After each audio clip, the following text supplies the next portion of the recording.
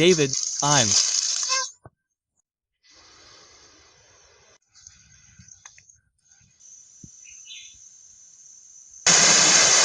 going on this trip.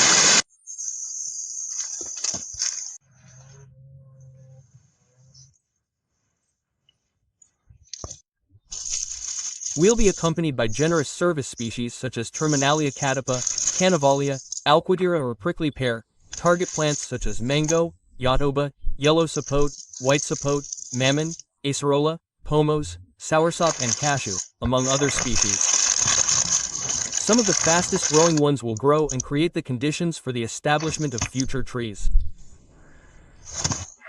Day 1. The clock read 8 in the morning when we left the city. Ready for 4 days of work on our farm. With the sun still low, the paved road stretched between us, promising us about 2 hours of peaceful travel. But like any good adventure, we soon encountered the first obstacle, the dirt road.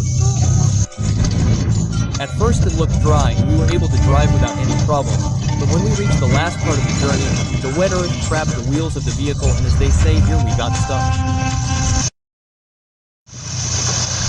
A joint effort, muddy hands, chains on the tires, and a determined drive that allowed us to move forward. We understand that beginnings are always difficult. We have had to face challenges from the beginning.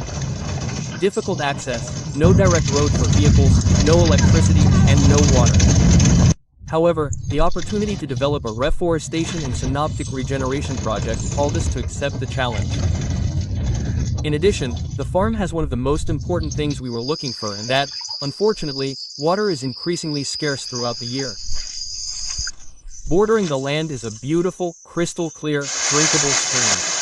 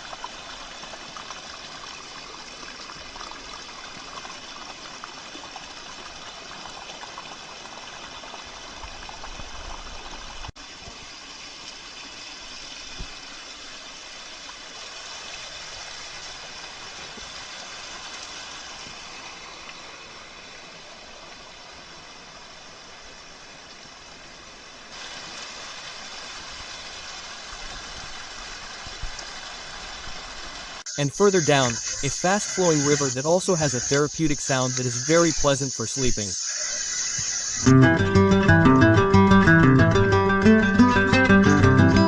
We finally arrived at a friend's house, where we left the vehicle and began a 1-kilometer walk with our seeds and tools to the farm.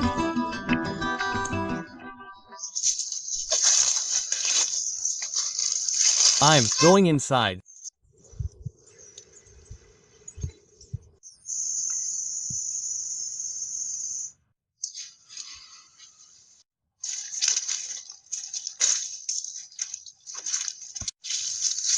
Now we can't shower. When we arrived, the shelter welcomed us with humble warmth. It is a simple little house, simply to protect us from the rain and focus on the essentials, planting. We decided that before building a large and comfortable house, as is usually done, we had to focus on the foundation, the land. We began by planting seeds to create living ecosystems with the aim of regenerating the land and, in addition, we have no doubt that they will abundantly supply our nutritional and energy needs. The first day was dedicated to organizing our provisions and preparing the little house for the night. Tiredness overcame us early with the promise of a productive day ahead and with the desire to continue with our purpose and serve as an inspiration to neighboring farms, since eco-friendly practices are not very common in this area. And despite the insistent and well-intentioned warning from local farmers about the need to burn and fumigate the land to eliminate pests, use herbicides to keep it clean, and fertilize to ensure fruit production, we decided, before intervening, to listen to nature without prejudice. We chose to cooperate, to be part of the life that is cohabiting it, to work with it instead of against it. Day 2. Dawn on Tuesday found us up and about, ready to tackle the job.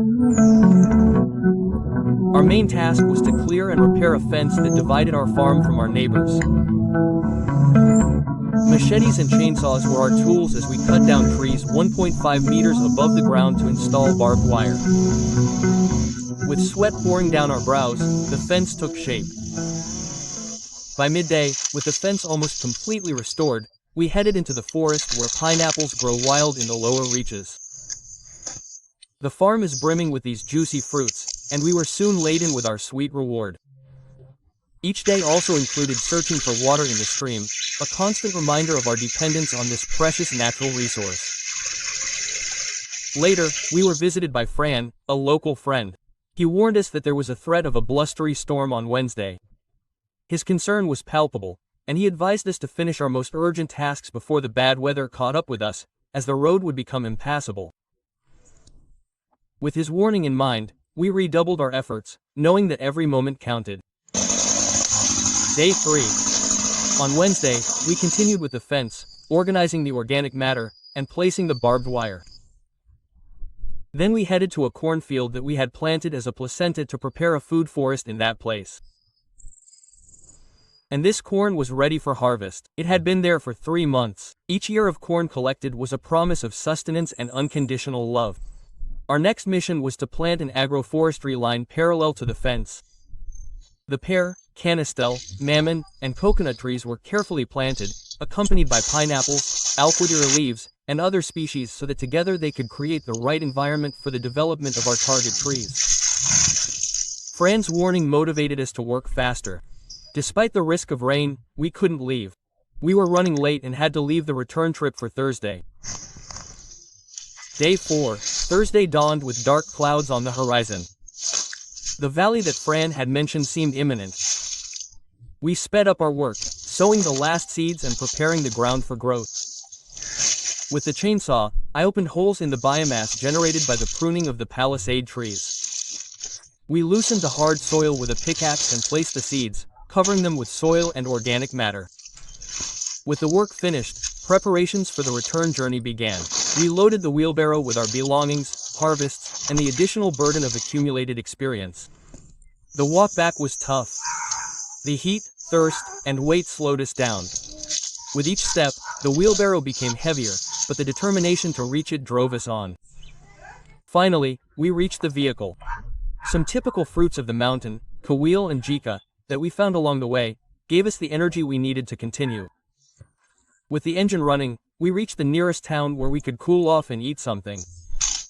Our purpose is to transform this mountain into an agroecological station, an agroforestry farm that serves as a school and educational center to spread this passion for creating forests of inclusion and not of permanent exclusion of human beings, where we are one with the planet or rather with the macroorganism in which we live. We want to spread seeds of hope in a world where conventional agriculture has devastated entire ecosystems. The Syntropic model aims to demonstrate that it is possible to have sustainable production and at the same time restore balance with nature. We believe that the forest is essential for our survival and that without it human life would be unsustainable. Our project aims to be a light in the midst of so many erroneous paradigms created by conflicts of interest, showing that there is a viable and beneficial alternative for all. Subscribe if you want to join us on this adventure of edible reforestation in the Dominican Republic and become a soul without tropics. Hit the bell so you don't miss the following chapters. Infinite thanks. I love you.